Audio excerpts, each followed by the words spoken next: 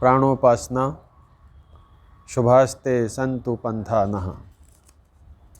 इंद्रियां व मन जब सांसारिक विषयों से रुक जाते हैं तो मन में एकाग्र स्थिति आ जाती है। इसी एकाग्र अवस्था में आत्मा का साक्षात्कार होता है।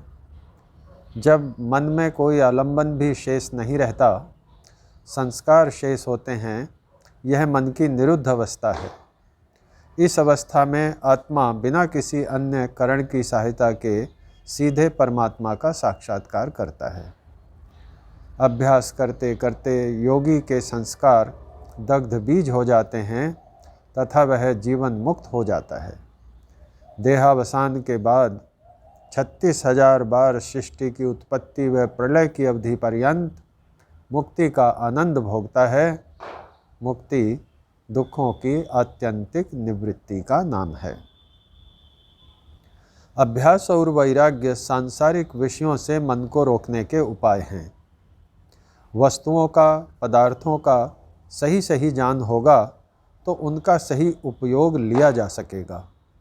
गलत जानकारी होगी तो उपयोग भी नहीं लिया जाएगा, वह हानि भी होगी। इस संसार में ईश्वर, जीव व प्रकृति तीन ही सत्तात्मक पदार्थ हैं।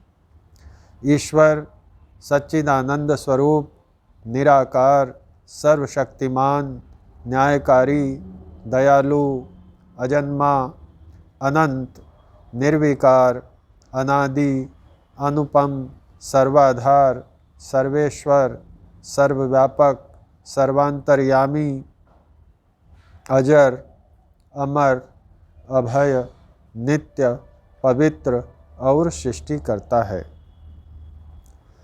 जीवात्मा शुद्ध स्वरूप, अल्पज्ञ और परिमित गुण कर्म स्वभाव वाला है।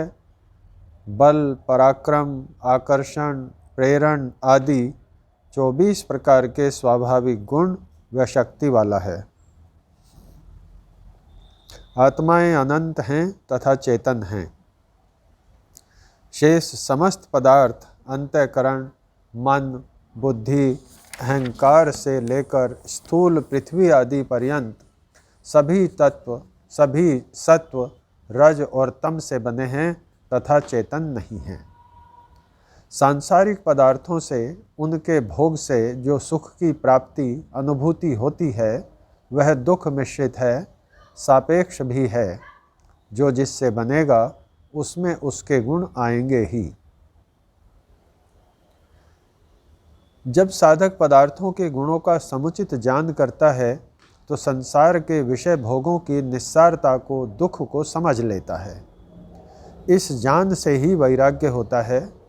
ज्ञान पूर्वक किसी विषय को त्याग देना, उस विषय के प्रति तृष्णा न होना वैराग्य है। ज्ञान की पराकाष्ठा वस्तुतः वैराग्य है।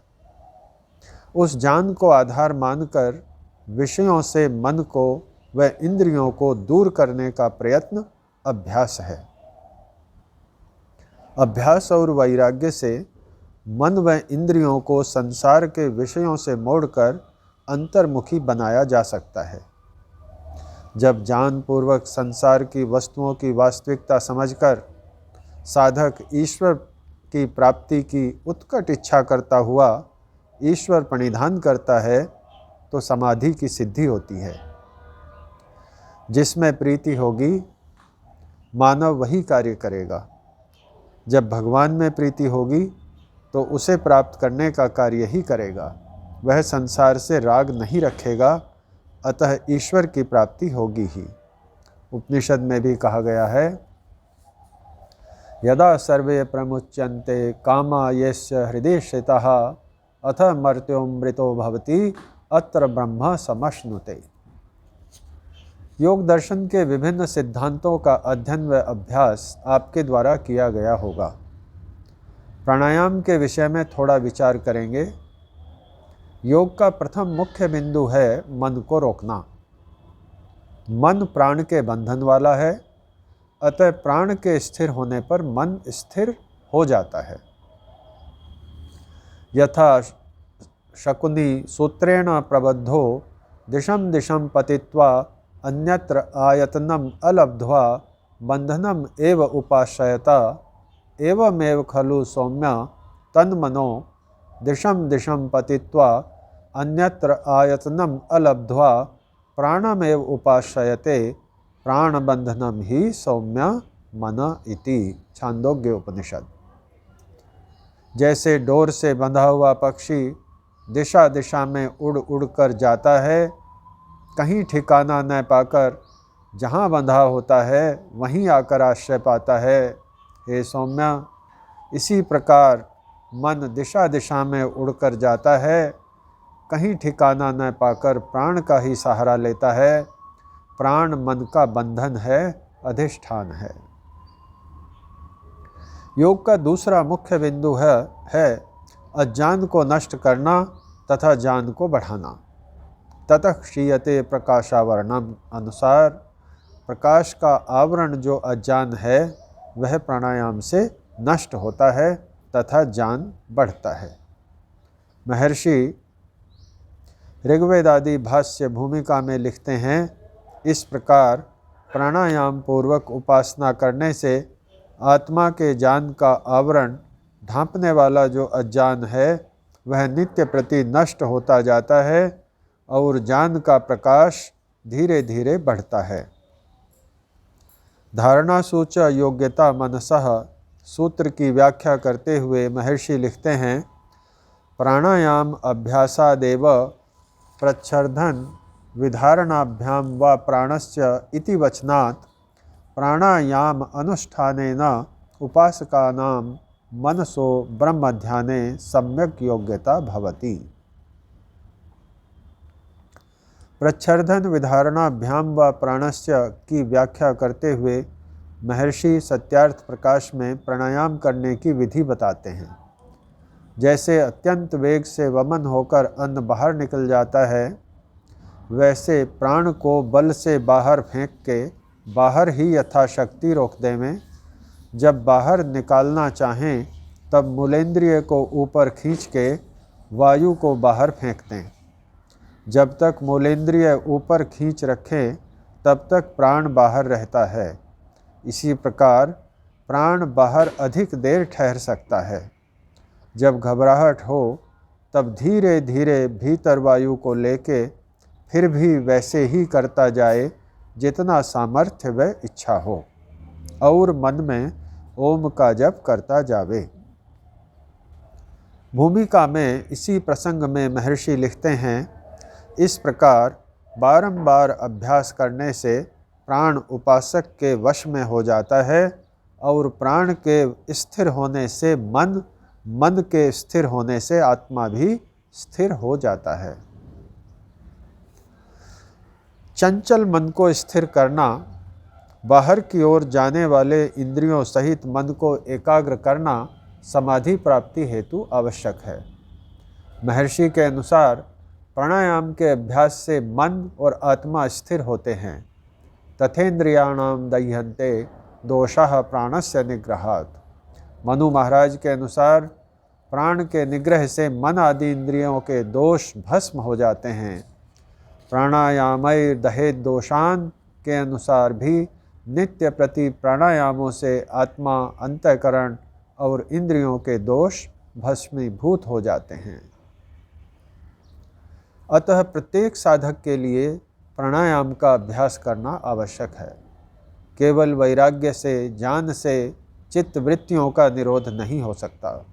योग दर्शन में भी कहा है, अभ्यास वैराग्याभ्याम तन निरोधः।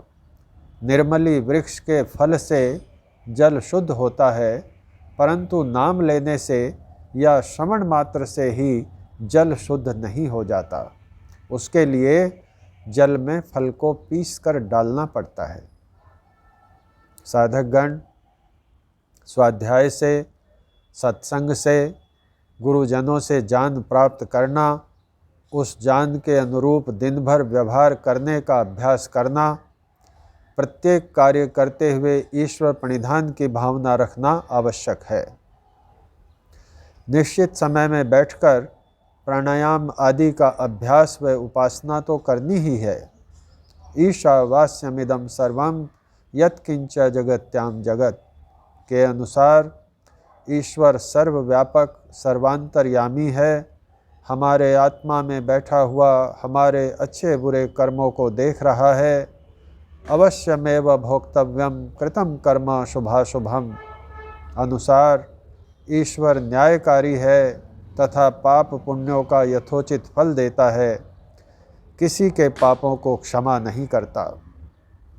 अवश्यमेव लभते फलम पापस्य कर्मणः वाल्मीकि रामायण अनुसार भी पाप का फल अवश्य भोगना पड़ता है। यदि इस सिद्धांत को मन में बैठा लिया जाए तो व्यक्ति तात्कालिक स्वार्थ के वशीभूत जो दुष्कर्म पाप कर लेता है उसे नहीं करेगा। हम इस सिद्धांत को जानते तो हैं, परंतु उस पर अटल आस्था न होने के कारण पाप कर्म करते रहते हैं। हम कर्म करते हैं तो उसका संस्कार बनता है, अच्छा या बुरा। उस संस्कार से फिर कर्म होता है। इस प्रकार कर्म से संस्कार तथा संस्कार से कर्म, यह चक्र चलता रहता है तथा मन सांसारिक विषयों से निवृत्त नहीं हो पाता, बल्कि उन्हीं में उलझा रहता है। अतः कार्य करने से पूर्व यह चिंतन आवश्यक है कि इससे क्या संस्कार बनेगा। वृत्तियों से चित्त को रोकने का प्रयास तो करना ही है, साथ ही संस्कार कैसे बन रहे हैं यह भी साथ साथ देखना है।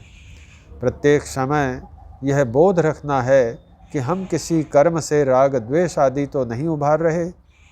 यह ध्यान रखना है कि यम नियमों के पालन में शिथिल तो नहीं हो रहे। अहिंसा, सत्य, अस्तेय, ब्रह्मचर्य, अपरिग्रह तथा शौच, संतोष, तप, स्वाध्याय, ईश्वर प्रणिधान, इनके जो अनुकूल है वही करने योग्य है। जो इनके प्रतिकूल है वह त्याज्य है। यदि कर्म करने से पहले सोचने का अवसर नहीं ले पाए तो कम से कम कर्म करने के उपरांत तो विचार करना आवश्यक है कि यह करणीय कर्म था या त्याज्य। यदि त्याज्य था, हो गया, तो आगे नहीं करने का संकल्प लेना है। सत्यमेव जयति नानृतम सत्येन पंथा विततो देवयानः। सत्य की ही विजय होती है, अनृत की नहीं। देव की तरफ जाने वाला मार्ग सत्य से बना है।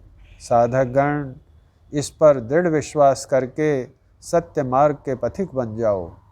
संसार की चकाचौंध उलझाना चाहेगी, क्योंकि हिरण्यमयेन पात्रेण सत्यस्यापि हितं मुखम।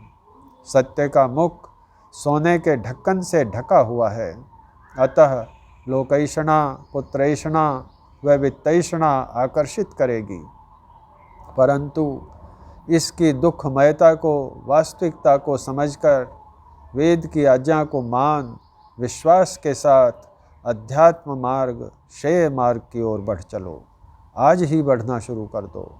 समय रहते जानपूर्वक, अभ्यासपूर्वक इन सांसारिक विषयों को छोड़ दो, क्योंकि ये विषय जब स्वेच्छा से मनुष्य को त्याग कर जाते हैं तो मनुष्य को महासंताप होता है, किंतु जब स्वयं मनुष्य के द्वारा त्याग दिए जाते हैं तो ये शांतिपूर्ण अतुल सुख प्रदान करते हैं।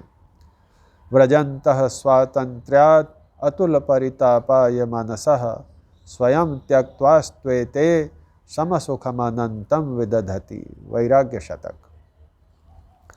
शरीर स्वस्थ है तो आसन लगाया जा सकता है, शरीर स्वस्थ है तो प्राणायाम किया जा सकता है, शरीर स्वस्थ है तो तप किया जा सकता है। शरीर में रोग है तो मन स्वस्थ होना संभव नहीं, मन स्वस्थ नहीं तो एकाग्रता संभव नहीं, अतः योग भी संभव नहीं।